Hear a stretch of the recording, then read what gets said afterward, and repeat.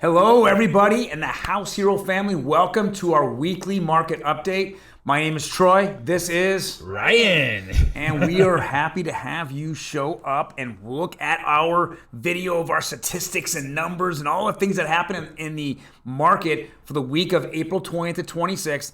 You know, we're still in that whole COVID-19 shutdown, Ryan. You know, and what do you think's happening out there? I don't know. My mind is just numb after looking at all these numbers all day, news reports everywhere. All I know is traffic on the freeways is back to 100% normal. It took me forever to get around in between properties yesterday. I know properties take longer to set up for showings. I mean, you're sending different disclosures everywhere. You know, your gloves in certain properties, you know, masks all the time, booties on others. And so it's just in and out and all around is just, it's taken a lot more, that's for sure. But it's crazy busy out there. So yeah, that's what I know is going on out there. Right. So, and we definitely want, you know, we're hearing in the news a lot, and let's go hit the first slide. We're hearing in the news a lot that some negativity in the housing market, and the number one statistic that they're looking at is solds, and that solds are down about 8% across the board in United States. Here in Southern California, solds are down about the same amount, but what we want to kind of we want to actually tell everyone is about the actives. So if solds are down, what are the actives doing? Now, traditionally, if actives stay up and solds go down, well, then we have a market in which is a buyer's market, and it compresses down the actual amounts of values of property. But what are we seeing here? Even though our actives are fairly steady, I wanted to break down what an active is and then turning into a hold, cancel, or withdrawn. And we wanted to kind of go over that. Ryan, talk about what those three categories are. Yeah, so, you know, it sounds pretty much just like they sound. So if you've got a property on hold, it's something that somebody wants to sell, but for whatever reason, they're holding it off the market for right now. So they're not showing that property. Withdrawn is, hey, they've given up for whatever reason and they're not going to sell theirs, but they still have a contract with an agent to sell it. And then canceled is just that. It's done. They're not moving forward. They've, you know, ripped up the contract and they're not going to be selling in the future. Right. So if I look at this particular graph, this graph indicates that somewhere during April 20th, April 26th week, that homes were either in one of four categories or could be in all four categories, right? So it could be active, it could be pending, active, withdrawn, hold, and cancel. Hit the next slide, Ryan. Yep. So if we look at Los Angeles and we look at, and this is a 4-week rolling, and we look at the under actives under April 20th to 26th, we show 884 actives. Now let's go back. How do we divide those actives out, right? So we have a net effect here. So even though our actives look like they're 884, what's really happening? Well, 407 fell right off the market, right? They actually went into a whole nother category in which they're not selling at all. So I think what we're looking at here is, even though the actives are staying fairly high and consistent, we're now seeing people a little scared, pulling their homes off the market, putting them on hold for a little while, you know, trying to figure out how to show their homes or even, you know, when to show their homes. And that's, I think, what's happening. So when we actually look at the net effect here, even though there's 884 total actives, we're looking at a net effect of 477 actually at the market. Yeah, and you know, sometimes people are putting that home active and then they're moving it to hold right away. I know we've got a client we're getting ready to do that for because they're going to do some more repairs on the property. And it's going to be interesting over the next week to see how some of these numbers turn as they bring on a whole new status in the MLS called coming soon. You're now going to be able to put a property in a coming soon status for up to 21 days if you're doing repairs, if you're getting all your marketing ready, just to let people know, hey, this is going to hit the market, and have the information for agents on how it's going to be shown and what that time frame is. So it's going to be interesting to see that here in this area. But yeah, a lot of these properties, they come active, and that's what we're looking at. How many new actives are they? But the exact same minute are moved right off of active to hold, because when you list it, you can't list it into hold. You list it to active, and then you have to move it into hold. And some weeks, if you don't keep pushing that hold date out, because it'll only let you put it on hold for 2 weeks, it'll automatically pop into active. And it's not until agents are getting phone calls from clients and other agents wanting to show it that they realize, oh shoot, it's supposed to be on hold. And so sometimes these numbers are inflated on the active side because it keeps popping. The same property keeps popping active every couple of weeks. So, right. I know you actually showed a property exactly like that. yeah, I had a client like, hey, it came active again. I'm like, oh, nope, it's back on hold. It took them a day and a half to figure it out. But, and you got to remember, I talked to some clients today too, and it's interesting, in their price point, there was 8 homes available.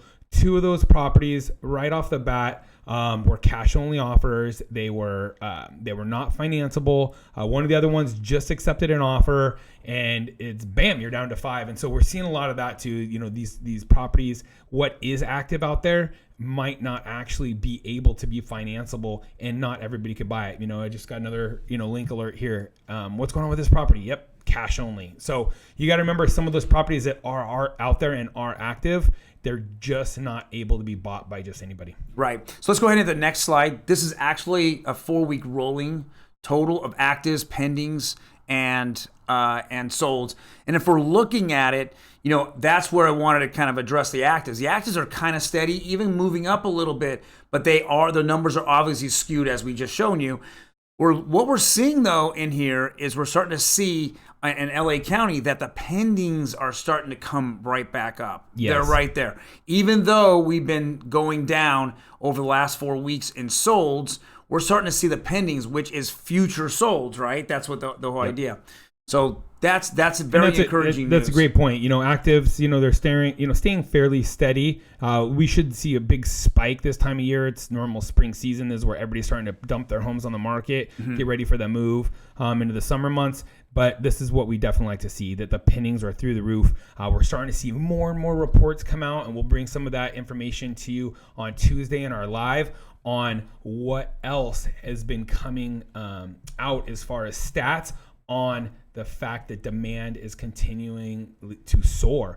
And so we'll have some more updates on that information as well. But it's good to see this right here. Proof is in the pudding. We've been talking about it now for 2 weeks. Our phone is off the hook. We know the demand's there. It's nice to see it in the numbers. Right. So let's go ahead and hit what next is value of property, right? And this is kind of the proof in the pudding.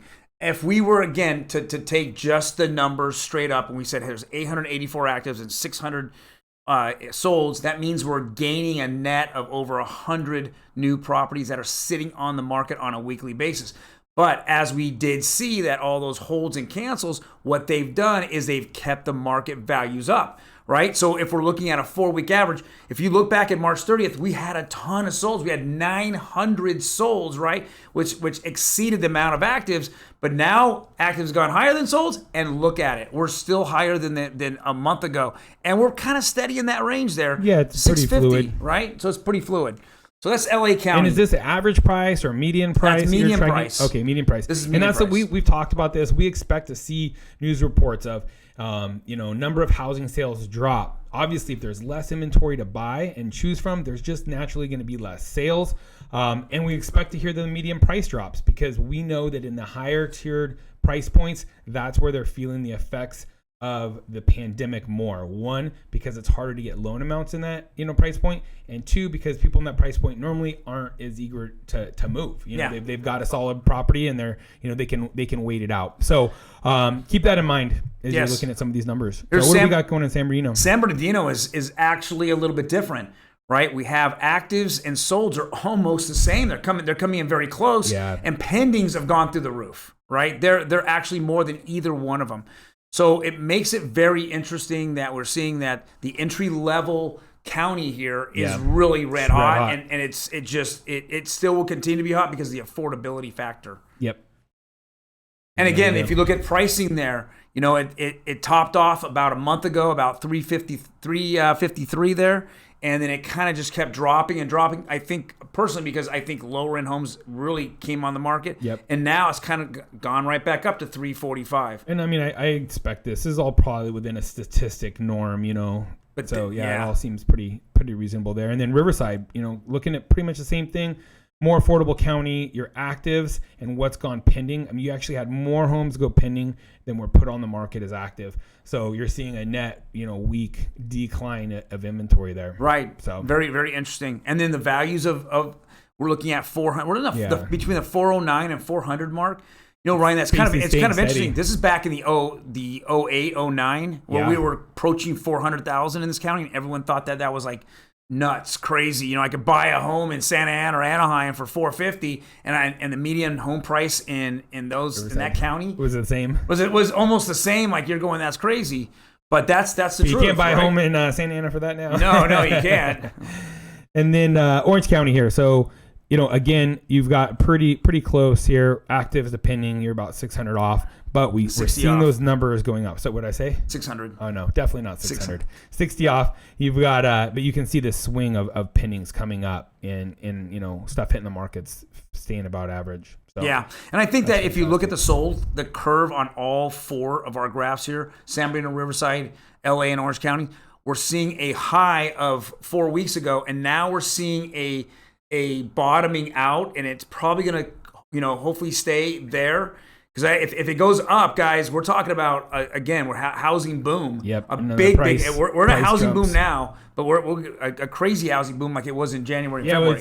It's a complete shortage of affordable housing. Right. So.